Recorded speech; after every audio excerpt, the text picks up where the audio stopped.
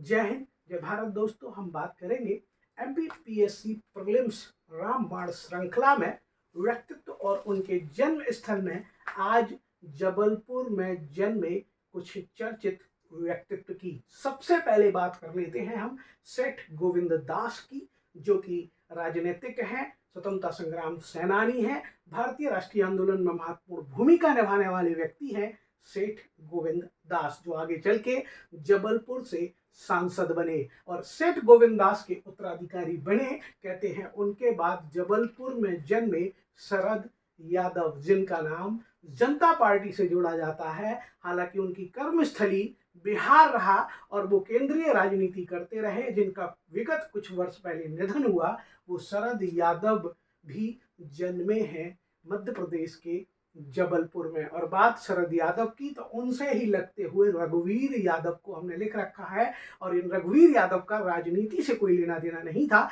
ये रघुवीर यादव कोई और नहीं है, पंचायत सीरीज के हमारे सरपंच जी हैं। ध्यान रखना, मुल्ला नसरुद्दीन हैं, मुंगेरी लाल के हसीन सपनों के मुंगेरी लाल हैं। और लगान में भी भूमिका निभाने वाले एक अभिनेता, छोटे से कद के, कहते हैं मझोले कद के, बहुत ही योग्य अभिनेता रघुवीर यादव का जन्म भी मध्य प्रदेश के जबलपुर में ही हुआ था। फिर बात कर लेते हैं अमिताभ बच्चन की पत्नी, उनकी धर्म पत्नी जया भादुड़ी, जो विवाह के बाद हो गई जया बच्चन। उनका भी जन्म हुआ था मध्य प्रदेश के जबलपुर में। मॉडल से अभिनेता बने हैंडसम अर्जुन रामपाल का भी जन्म स्थल है आपका जबलपुर। अब बात कर लेते हैं जबलपुर को ख्याति देने वाले एक जादूगर, जिनका नाम है जादूगर आनंद। वो जादूगर आनंद कहीं और नहीं, कहते हैं मध्य प्रदेश के शहर जबलपुर में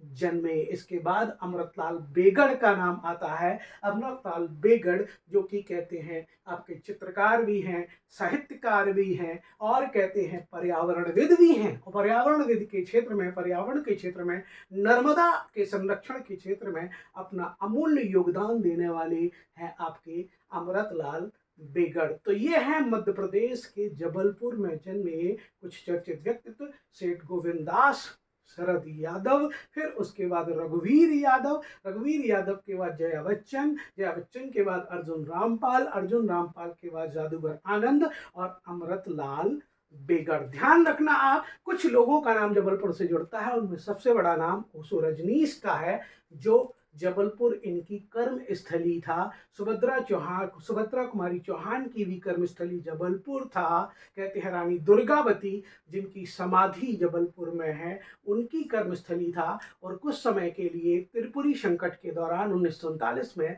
सुभाष चंद्र बोस की भी कर्म स्थली था। लेकिन इनके जन्म से, कहते हैं, इस जबलपुर का कोई लेना देना नहीं है। हम अपनी रामबाण श्रृंखला में ऐसे ही मध्य प्रदेश के शहर और उनमें जन्मे चर्चित व्यक्तित्व की चर्चा करेंगे। जय हिंद, जय भारत दोस्तों।